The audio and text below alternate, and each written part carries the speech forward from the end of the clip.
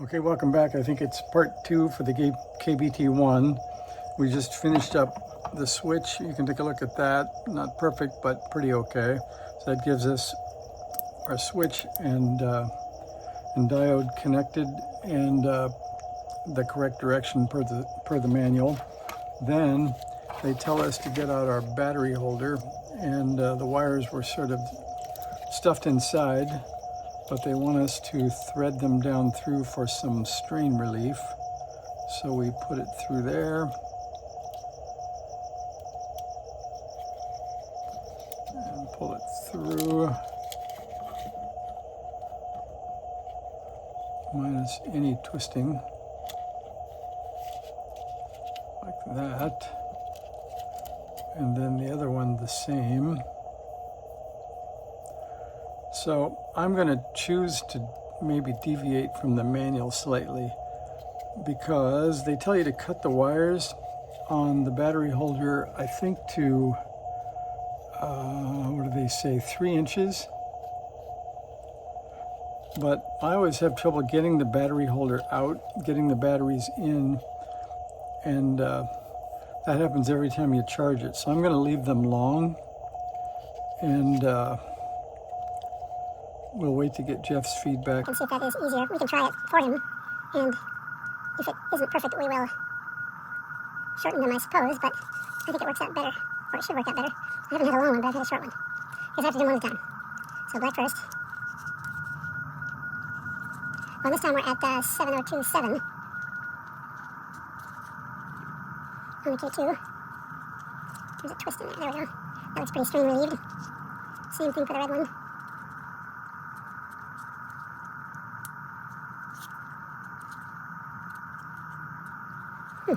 Not a lot of room in there. I'll go through this side. I guess I'll just get close and grab into it with the needle nose. Okay, so they're strain relieved on the inside, and I didn't cross over the wire, and they're strain relieved on the outside. So I think that looks pretty good. And everything has to fit up against the chassis, so we'll flatten them like that.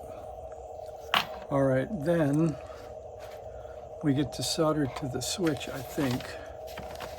So let's see, we trimmed the leads on the diode, we folded it down, we put it across the switch, and we made sure that the cathode lead isn't touching the other lead of the switch.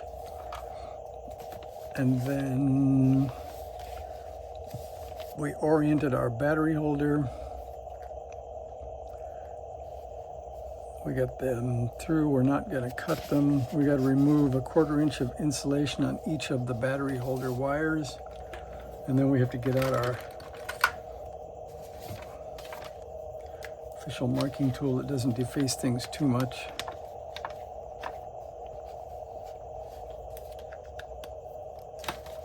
And we'll take our battery holder wires. It says 1/4 inch on each. We'll grab the big wire cut strippers and make that into 1/4 inch, I guess. Maybe like that. There we go. Okay. Then one of these we get to connect to the switch. So we did the stripping. Locate the battery speaker bracket, oriented vertically as shown. All right, this would be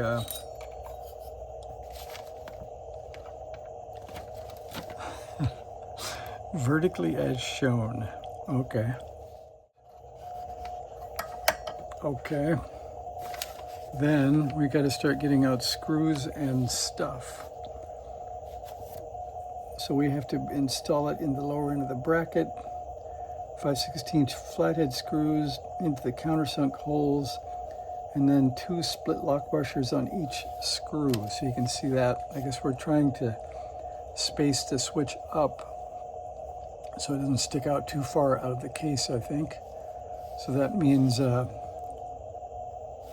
split washers under the switch, then a split washer and a nut on top.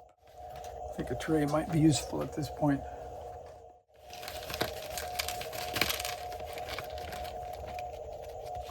There we go, nothing in the bag. All right, so we're gonna get countersunk screws.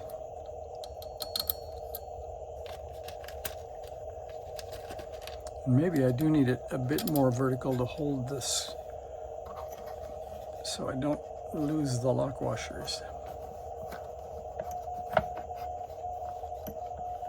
There we go.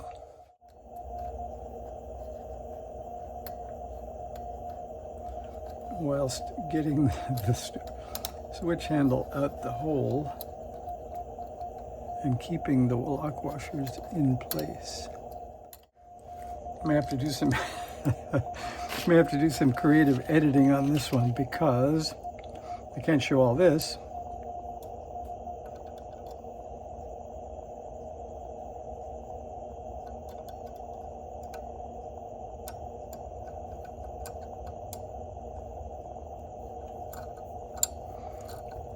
I guess that went on just like it should have. All right, we'll pretend that's how it went the first time. Had some cooperation that time, that's better. All right, bringing it back into view for you. All right, so we have that now. And so we have the requisite 2 split washers and 1 split washer after the switch on each side. So I will tighten that up, and that will be the official completed screw mount. All right, now we have to find a way to get those wires in there. So according to the picture, we need from the battery holder the red wire to go on the anode of the diode, and apparently we join the 2 black wires with heat shrink in the middle, and then the other red wire goes on the switch from the RF board. So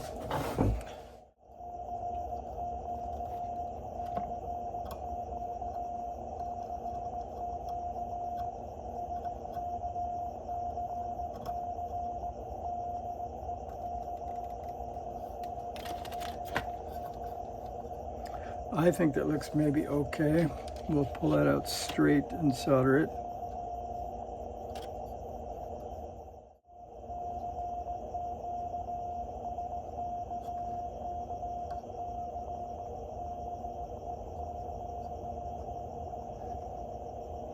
Looks pretty okay. I think this definitely would have been easier outside of the cabinet.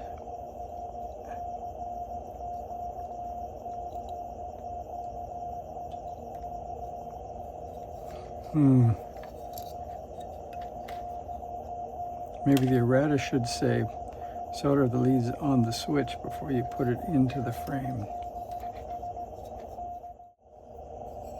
Poor guy's not getting any straight key responses. We should stop and reply to the CQ. All right, I think I can solder that. I'm going to put it at about this angle.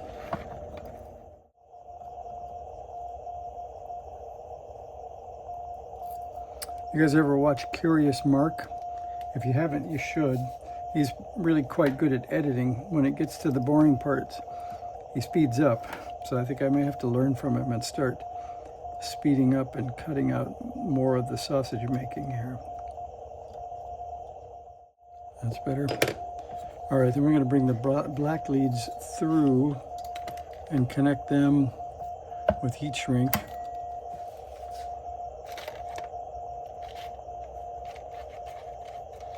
I don't think there's any reason I need to do it inside that frame because it just runs through, and then after we're done we put cable ties around the ends so we can connect those together outside of the easy to work inside of frame. This one's already stripped. This one's already stripped.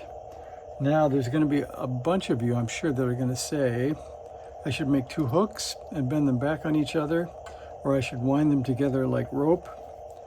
So I'm going to stop and consult the internet for what's the best way to do that, and then I'll be... Okay, I'm back. I believe I have fashioned what was called online a Western Union splice. So there's our Western Union splice with good mechanical connection before the soldering event.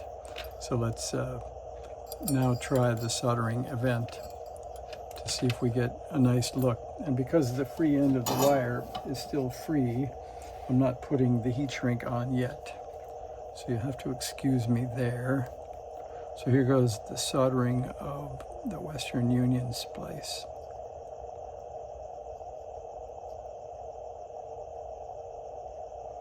There, I think we've made it. We'll check the other side. It's a little heavy on solder, but we're calling that good. And we're going to put the heat shrink on there.